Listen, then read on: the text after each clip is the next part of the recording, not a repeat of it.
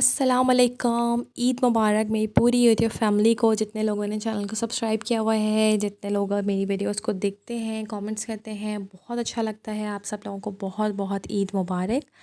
और ये जो मेरा आज का व्लॉग है, ये चांद रात का और फर्स्ट डे का ईद का जो है ना, ये मैंने एक ही व्लॉग बना दिया था क्योंकि काफ़ी टाइम हो गया था, मैं अपलोड नहीं कर पा रही थी, इतना बिज़ी चल रहे थे। तो यहाँ पर सबसे पहले मैं आप लोगों को दिखाऊँ, मेहंदी मैंने और मेरी बेटी ने जो लगवाई।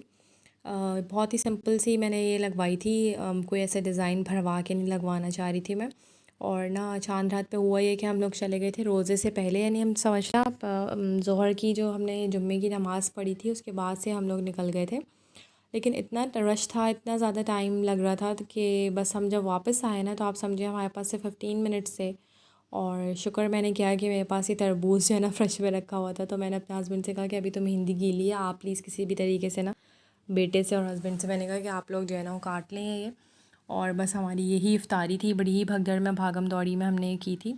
और बाहर से तो आप लोगों ने देखा होगा, मैंने इफ़्तार में बिल्कुल भी मतलब आप लोगों के साथ भी जितने व्लॉग शेयर करें, बाहर से मैंने कुछ भी नहीं मंगवाया। मैं बिल्कुल नहीं मंगवाती हूँ कि इतना ख़राब तेल और इतनी उसमें ना एक ही तेल में ये लोग फ्राई कर रहे होते हैं कि तबीयतें ख़राब होती हैं। तो इसलिए मैंने बाहर से भी कुछ नहीं लिया। और फिर मैंने रोज़ा खोल के अपने जब मेहंदी ड्राई हो गई थी ना, तो मैंने हैंड वॉश कर लिए थे और बड़ा ज़बरदस्त कलर आया था। और साथ में फिर मैंने जो है ना जल्दी जल्दी से दाल चावल बनाए थे जी। चांद रात का व्लॉग है, बहुत ही सिंपल सी हमारी चांद रात गुजरी थी। मैंने दाल चावल इसलिए बनाए क्योंकि बहुत ही ज़्यादा है ना, ये सब चीज़ें हैवी हो जाती हैं, पकौड़े और समोसे खा खा के ना बहुत अजीब तबीयत हो जाती है।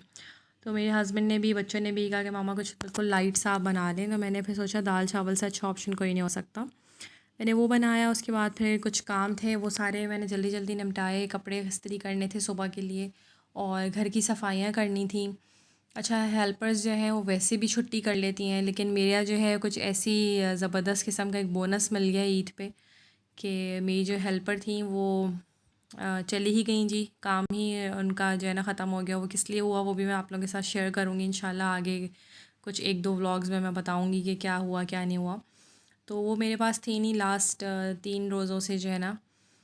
मैं ख़ुद ही काम कर रही थी, तो बस अभी मुझे सब कुछ निपटाना था जल्दी जल्दी। तो फिर मेरे पास ना अभी बिल्कुल ऑप्शन नहीं था कि मैं जिस तरीके से बनाती हूँ शीर खुरमा, वो मैं आप लोगों को रेसिपी ज़रूर दूँगी उसकी भी प्रॉपर एक। लेकिन इस दफ़ा मैंने जो है ना ये पैकेट का मैंने देखा, ग्रॉसरी करने गई थी तो मुझे नज़र आया था, मैंने आप लोगों के साथ शेयर किया था शान का। तो मैंने सोचा चलो मैं ट्राई करती हूँ। तो इसकी जो रेसिपी थी ना वो ये थी कि आपने 1 लीटर दूध लेना है, उसको आपने बॉईल करना है और फिर उसके पैकेट में से चीनी, सवैयाँ और ड्राई फ्रूट्स, ये सब चीज़ें निकली थी, मैंने आपको अभी दिखाया भी है। और ये आपने बस उसमें डालना है और 15 से 20 मिनट उसमें लिखा हुआ था कि आप इसको पकाएं। तो ये बिल्कुल डन है क्योंकि सवैयाँ इसमें जो है ना भुनी हुई डली हुई होती हैं और इनको फ्राई नहीं करना होता। तो फिर मैंने ये बना लिया था, झटपट से ये बन गया था। और फिर ये जी अब हमारी नेक्स्ट जो ईद का दिन था, ये वहाँ से स्टार्ट लिया है मैंने।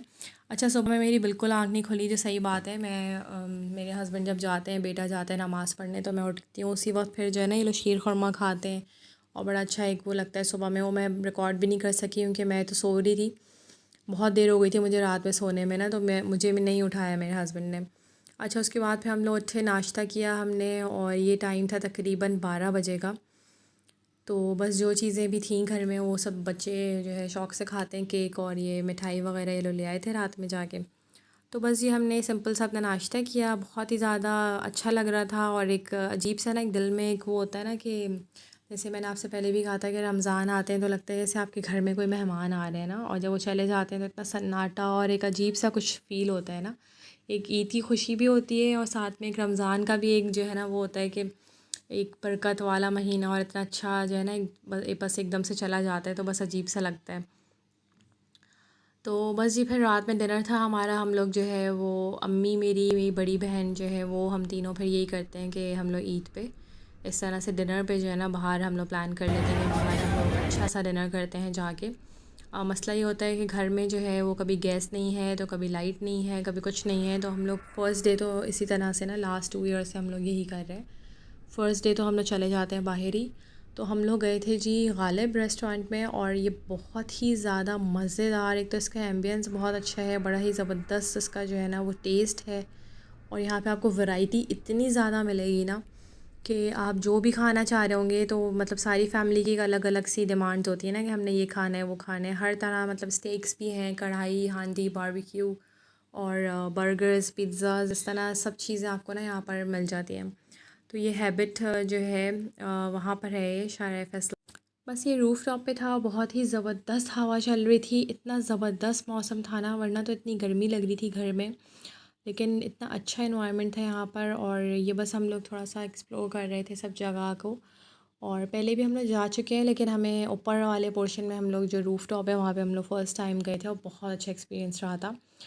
तो यहाँ पर सब लोगों के ऑर्डर्स जो थे वो आ गए थे। किसी ने जो है वो प्लेटर ऑर्डर किया था, किसी ने स्टेक्स मंगवाए थे, तो सारी ही चीज़ें बहुत ज़्यादा मज़े की थी, हमने बहुत ही ज़्यादा इन्जॉय किया अल्हम्दुलिल्लाह।